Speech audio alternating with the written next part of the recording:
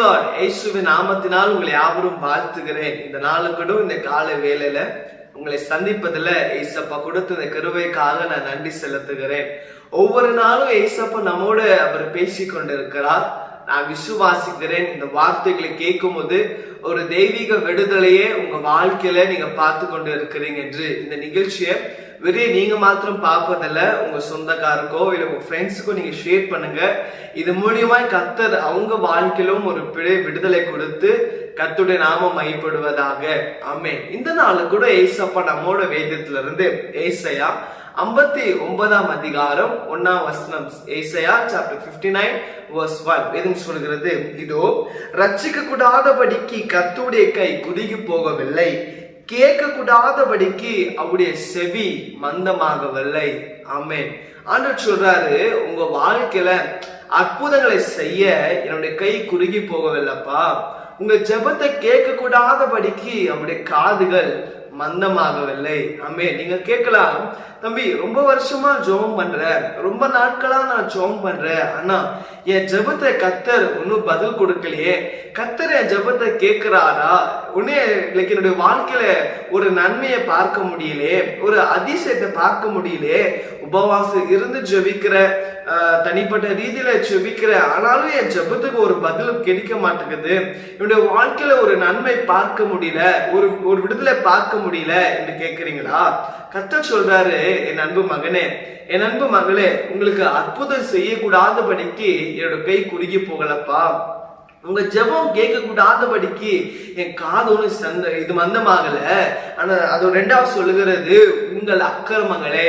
ஆமென். அதாவது நம்ம செய்யற அக்கிரமம் பாவங்களே நமக்கும் தேவனுக்கும் ஒரு தடையா இருக்கிறதா? ஆமென்.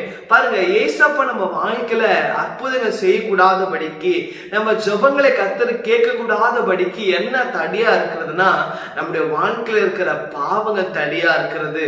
ஒருவேளை இந்த நிகழ்ச்சியை பார்க்கிற உங்களுக்குள்ள உங்களுடைய இதயத்துல ஒருவேளை ஆண்டவருக்கு பிரியமில்லாத பாவங்கள், சின்ன பாவமோ பெரிய பாவமோ, ஆண்டுடைய சமூகத்துல பாவம் தான். இன்னைக்கு இந்த வார்த்தை கேட்டு ஒப்பு கொடுங்க. ஆண்டவரே, என் வாழ்க்கையில நான் நன்மை பெற்றுக்கொள்ளாதபடிக்கு, என் வாழ்க்கையில நான் ஆசீர்வாதங்களை பெற்றுக்கொள்ளாதபடிக்கு, என் வாழ்க்கையில இந்த தடியா இருக்கிற இந்த பாவத்தை நீங்க நீக்கி போடுங்கப்பா.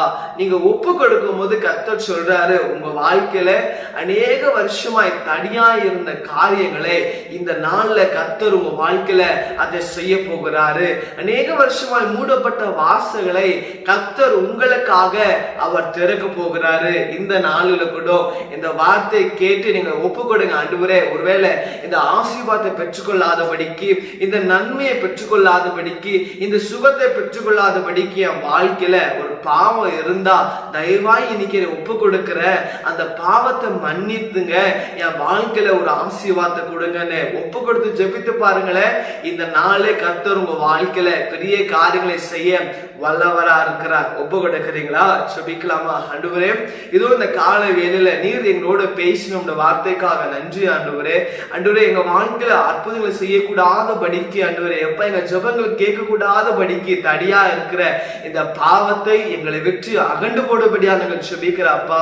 ஆண்டவரே, எங்க வாழ்க்கையில உங்களுடைய ஆசீர்வாதத்தை பெற்றுக்கொள்ளாதபடிக்கு, ஆண்டவரே நீர் எங்களுக்கு வைத்திருக்க நன்மை பெற்றுக்கொள்ளாதபடிக்கு தடியா இருக்கிற இந்த பாவத்தை இசப்பா எங்களை விட்டு நீக்குங்க. இன்னைக்கு அந்த பாவத்தை விட்டு ஆண்டவரே வெளியே வர எங்களை ஒப்பு கொடுக்கிற ஆண்டவரே, எங்க வாழ்க்கையில ஆண்டவரே எல்லா விதமான நன்மைகள், ஆசீர்வாதங்கள், அப்பா அற்புதங்களை பெற்றுக்கொள்ள கிருபை செய்ததுக்காக நன்றி அப்பா. இந்த நாள்ல கூட ஆண்டவரே அப்ப ஒப்பு கொடுத்த ஒவ்வொரு பிள்ளைங்க வாழ்க்கையில நீங்க அற்புதம் செய்யுங்க, ஆசீர்வதிங்க. இயேசுவின் நாமத்தில் பிதாவே. ஆமென். ஆமென். God bless you.